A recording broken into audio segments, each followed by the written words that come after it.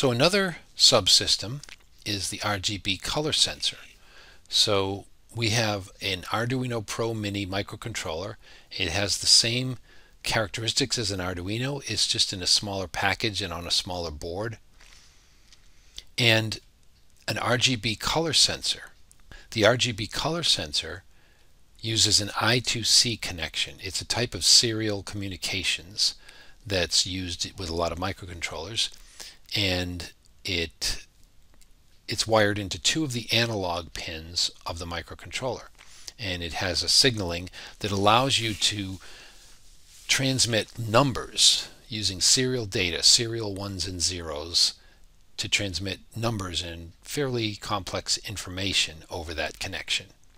So this is the interface for that circuit.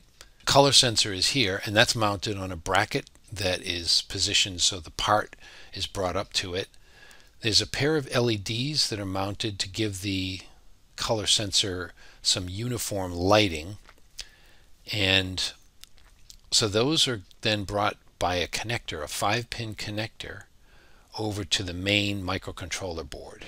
So the color sensor I2C outputs come out on this SDA and SCL pins, and those go into analog pins 4 and 5 on the microcontroller.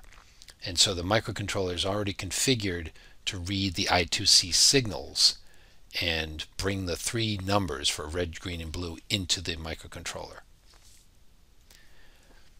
The color sensor is a 3.3 volt device, and the Arduino actually has a 3.3 volt output pin, so you can supply 3.3 volt devices.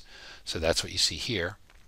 And then of course there's a ground pin, and the 5 volts is coming in from a 5 volt supply on the system, and that's powering up the Arduino. Now these are all input-output pins, and so the Arduino gets the color reading from the sensor, and then it's going to use 2 of its outputs to signal the PLC whether it's seen red, green, blue, or no color at all. So there's 4 possibilities. So with 2 binary outputs you can make 4 possible numbers. And there's a third one, so in case in the future we want to expand this to be able to recognize more than just 3 colors, we have a third output we can use to distinguish up to 8 different colors.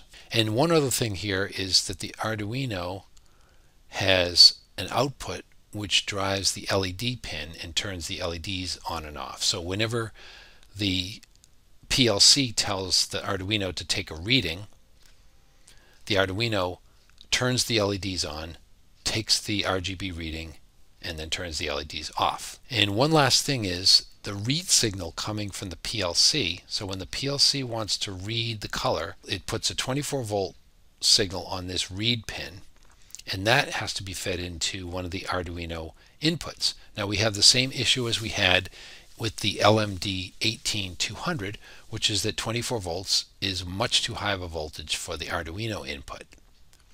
So we're doing a similar thing. We're going to use a voltage divider to divide that down to a safe voltage level. And the only other component here is a capacitor to reduce the noise on the 5 volt supply. So this is a block diagram of the RGB controller system to show the major signaling connections between the different components.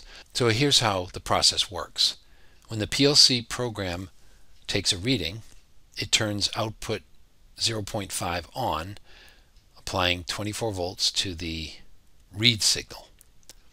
That signals the Arduino to turn the LEDs on and take a color reading. So the microcontroller, using the SDA and SCL lines, gets 3 numbers from the RGB sensor. One is the red level, one is the green level, and one is the blue level. Then it analyzes those 3 numbers to determine whether it is seeing a red Lego, a green Lego, or a blue Lego, or no Lego at all. So this chart over here shows how it uses the 2 color lines to signal the PLC what color has been read.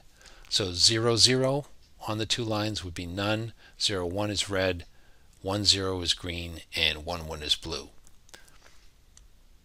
So that's the signal that goes to the PLC and then will be used in the program to figure out where on the conveyor belt to place the part so that all the reds go into the same place and the greens and so on.